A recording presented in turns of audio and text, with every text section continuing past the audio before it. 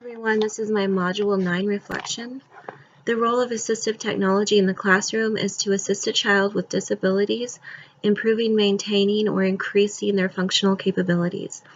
I have had a little bit of experience with a couple of these. Last year we had a child that was nonverbal, and I wasn't sure what he carried around was called. I knew how it worked, but from the lecture I learned it was called a pictographic device. So it had the pictures, and if he needed to, whatever word he was trying to communicate, he'd push that button and it would say that word. Obviously, this increased his communication skills or abilities with us, but it also improved his behavior. A lot of times, kids that have delay in speech get frustrated because they don't feel like they're being heard because they can't communicate. So that was another benefit. His behavior improved because he felt like he was being heard and had a little bit of control over the situation.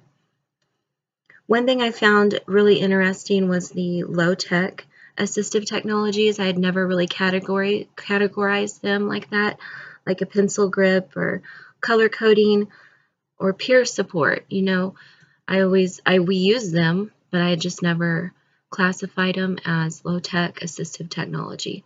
So we use those on a daily basis, and it's good to know, I guess, what they're called. The Thera Simplicity site I found really interesting, and I bookmarked that in case I ever have a kid in my class that needs assistive technology. I could refer to that and see what they offer and how we might be able to help that child. Of the 6 applications, the 3 I picked were physical, communication, and environmental. Assistive physical technology has to do with mobility or a student's ability to move around the school and participate in physical activities. A couple things not listed were crutches or prosthetic devices. For the assistive communication technology, it allows a student to communicate with peers or teachers, improving participation and overall learning with improved hearing or vision. A couple things not listed, a personal amplifier. It reduces background sounds, and the sounds that need to be heard go directly into the ear. And also magnification software. We did use that last year also. We have a child that's legally blind, and she used this on her iPad to be able to see assignments better. Another assistive technology that she used was Braille. She's learning how to do Braille. We'd have a specialist come in once a week and teach her that, and she's going to continue that this next year and probably for as many years as she can, because she will eventually become completely blind. The environmental technology, assistive environmental technology, is technology that assists with everyday living.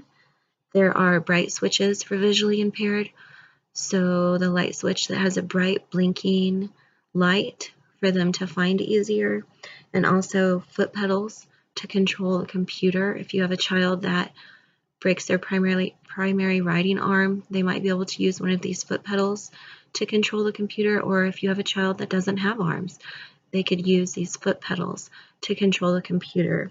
And obviously that's going to make the child feel more independent and more of a part of the class.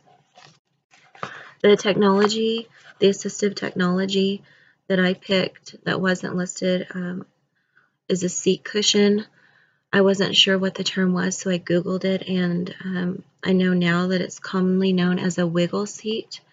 I found the first wiggle seat on the Easterseals website. It was the Easterseals assistive technology website, assistive technology development website. So I have a picture of it. It's right here.